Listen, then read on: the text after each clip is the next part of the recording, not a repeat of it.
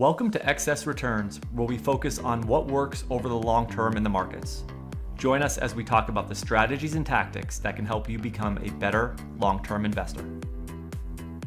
Justin Carbonneau and Jack Forehand are principals at VALIDEA Capital Management.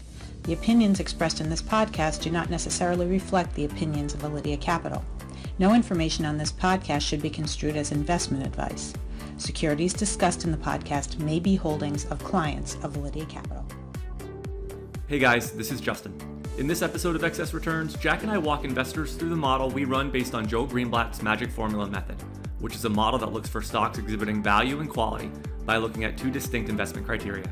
Greenblatt, who is a well-known value investor, has written multiple books on various investing topics and is known for his incredible market-beating returns while managing money through his hedge fund in the 80s and 90s. Thank you for listening. We hope you find value and enjoy this discussion on Joel Greenblatt and the investment strategy he called the magic formula. All right, today we're going to talk about one of the gurus on the site, Joel Greenblatt. Greenblatt is a money manager, former hedge fund manager, a writer, and also a professor at Columbia where he teaches a course on value investing. But the Greenblatt's background is an interesting one. So he basically started his investing career. Well, he started Gotham Capital in 1985, but he actually wrote a paper in 1980 titled "How the Small Investor Can Beat the Market," and that was published in the Journal of Portfolio Management. And in that paper, he kind of outlined, he took Graham's strategy and basically came up with what was essentially a systematic value investing approach. So that was the first time, at least in Greenblatt's experience, where he had actually articulated and written about a value investing strategy. In 85, he launched Gotham Capital, which was his hedge fund. He launched it with $7 million. It was largely provided by Michael Milken, who was the junk bond king at the time. From 1985 through 1994, Gotham Capital basically generated a 50% annualized gross return and about a 30% return net of fees. So it certainly puts Greenblatt up there with some of the best performing managers of all time. So over that 11-year period, he really, hit the ball out of the park. He was mostly running like a special situations, highly concentrated value strategy, and he was kind of looking for things like spinoffs and other corporate restructurings where he thought he could find an edge and find really great opportunities, and he clearly did that. One interesting thing is in 2000, Greenblatt actually funded Michael Burry's hedge fund. And there was some issues with that and Greenblatt trying to get out of it. But it's interesting that Burry was the guy that, uncovered the subprime mortgage sort of default and really capitalized on that. So Greenblatt actually had, a pretty decent sized stake in Burry's fund for a while. He, as I mentioned, he's a professor at Columbia where he teaches value investing to MBAs. He's also the founder of the Value Investors Club, which is a website where it's an invite-only, about 250 seats where guys share value investing ideas online. A lot of people may be familiar with Greenblatt, at least the people listening to this podcast may be most familiar with Greenblatt because he wrote the book, The Little Book That Beats the Market. And that's the strategy that we run on VALIDEA. And we're going to talk about this in a lot more detail, but really what Greenblatt was trying to do with that book was kind of blend Benjamin Graham's value investing approach with Warren Buffett's quality approach and doing it in a very simple, systematic way. And that was part of that book series. Jack, I know you remember these. That was like the little book series that were really popular at one point that Wiley was launching. And I think Greenblatt's book was maybe a best-selling book because it was a very simple, straightforward book. And it had this long-term test of the magic formula in it that showed very good results. And I think we'll talk about that performance as well. Just a few other things.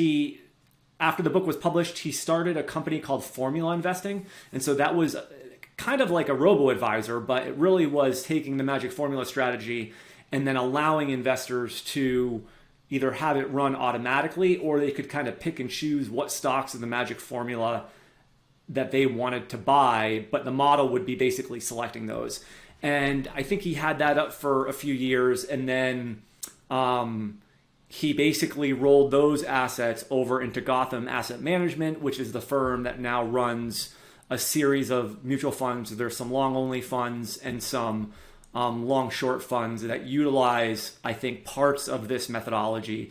He might do it a little differently now, and I think they're holding, much bigger baskets of securities. So I think I remember looking at his funds. I think it's like a couple hundred stocks that, are being weighted based on these value metrics, based on how cheap or expensive they look, according to the model. He also has pretty big philanthropic efforts. I know he's involved with New York charities, and pretty involved in that. So it's good to see that a guy with Greenblatt's wealth and success is certainly giving back. And he recently came out with a new book. I'll try to grab the title of that and then I'll let you go, Jack. But so the books that Greenblatt has written, You Can Be a Stock Market Genius. He published that in 1997. The Little Book That Beats the Market. That was originally in 2006, but he's since updated that. The newer version came out in 2010. And then in 2011, The Big Secret for the Small Investor, A New Route to Long-Term Investment Success. And then he has a new book on, I don't know the title of it off the top of my head, but it's kind of combining this socioeconomic sort of stuff and trying to think about how we can make sort of, I guess, the world and investing a little bit better for everyone. So with that, maybe Jack, if you want to kind of start getting into, I guess, maybe some of the details on the model, if you want to start there. Or... Yeah, I think first it's good to take a step back and look at this from the perspective of how a person would look at a business. And I think that's what's really cool about the magic formula is, if I was just trying to invest in the business down the street, what would I look at? What would I look for? My first question would probably be, is this a good company? Is this a quality business? And then the second question would probably be, what am I paying for it? Am I getting it at a discount relative to what it's worth? And that's really all the magic formula is. The magic formula has a quality metric, is this a good company? And then the magic formula has a value metric, which we'll get into later. But it's just taking both of those metrics and it's combining together. Like you said, trying to take Graham and Buffett and combine it together. And one of the good things about this is for investors, when they understand a strategy, they're much more likely to, I think, to stick with the strategy. And of all the strategies we run in the Validea, this is probably the easiest strategy to understand. When you can say to people, is it a good company? What am I paying for it? That's it. Now, there's obviously some details behind that, but when you can say that to an investor, it makes a lot of sense. It resonates a lot with people. And, from a factor perspective, we've talked about, when we've done other podcasts about our strategies, we've talked about AQR's paper breaking down investors using factors. They didn't break down Greenblatt, but basically what this is from a factor perspective is this is a combination of value and quality. So it's those two things brought together. One of the things that Greenblatt does a really good job at, and it's really reflected in The Little Book That Beats the Market, but also anytime you hear an interview with him, he's appeared on Consuelo Max Wealth Track, he's been on CNBC. If you want to go on YouTube and watch some of the videos and other appearances, he makes investing very understandable. Like, I think that Little Book That Beat the Market, my 11-year-old could probably read it and understand, generally what's going on. So that is a quality, a skill that Greenblatt has, sort of taking this concept of, value investing and making it, easy for even the beginning investor to understand. Yeah, and that was the big breakthrough with this book too, is, so many of these value investing texts are so complex. If you go back and try to read Ben Graham, they're great books, but they're very dense.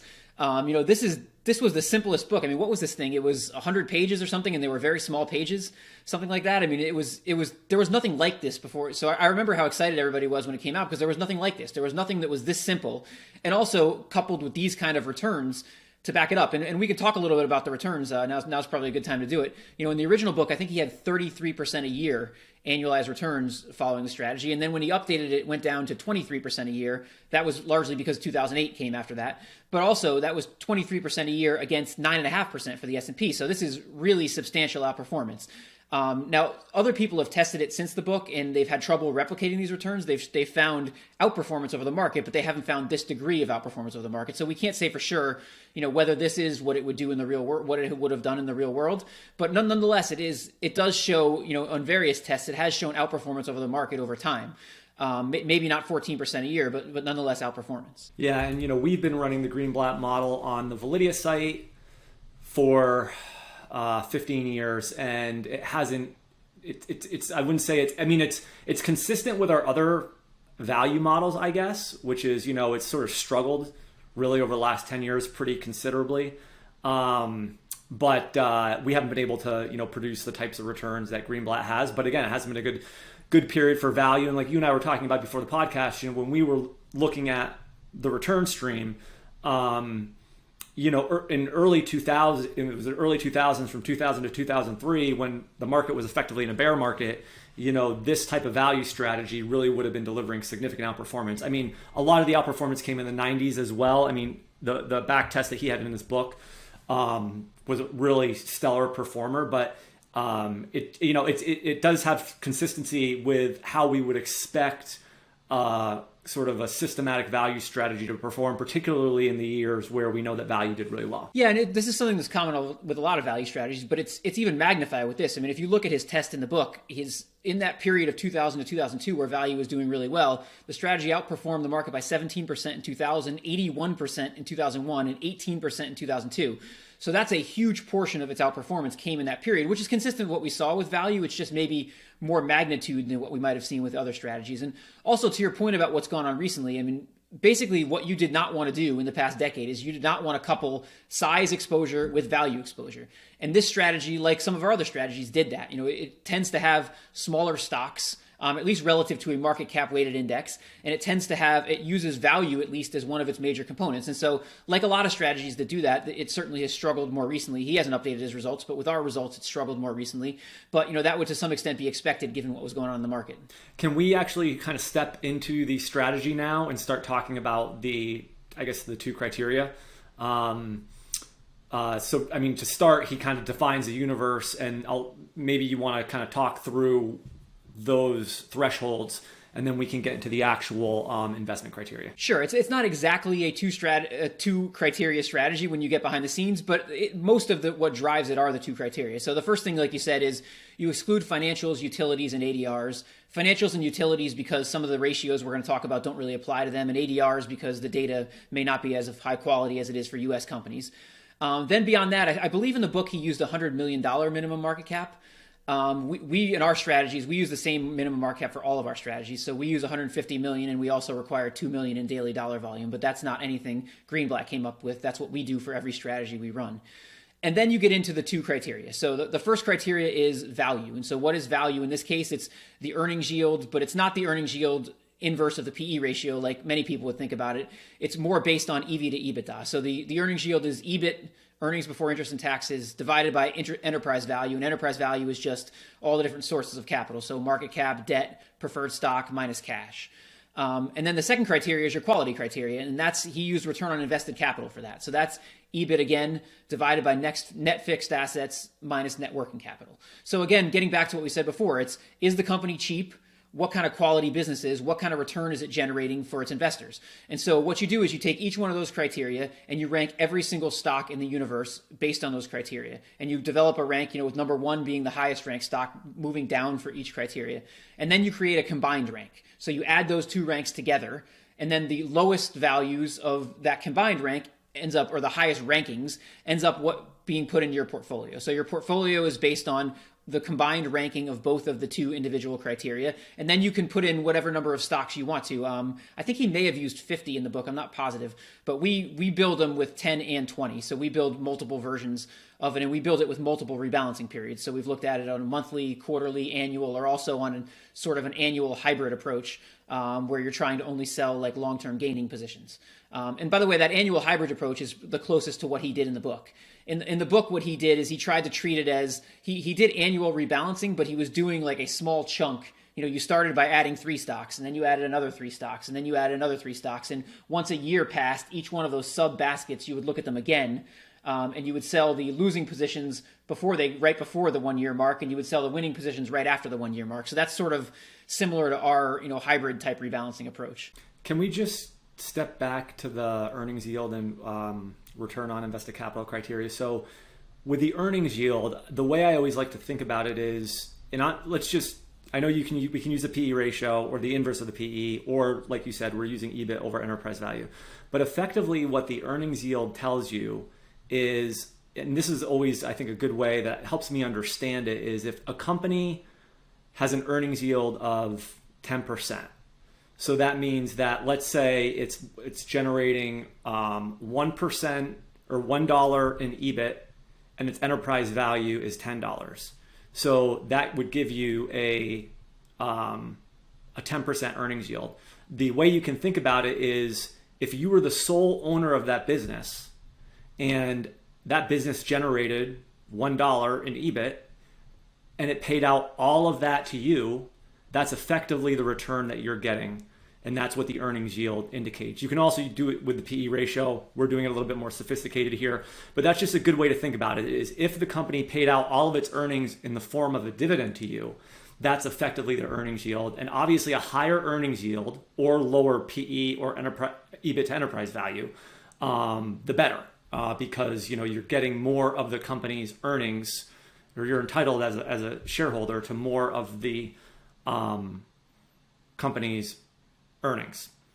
And in terms of return on invested capital, companies that can generate higher returns, so higher profits based on lower amounts of capital, or net working capital in this case, are better. They're more profitable companies. And by the way, a lot of those, if you look now, companies like these technology companies, a lot of financials, I shouldn't say financials, but I'm thinking highly profitable businesses.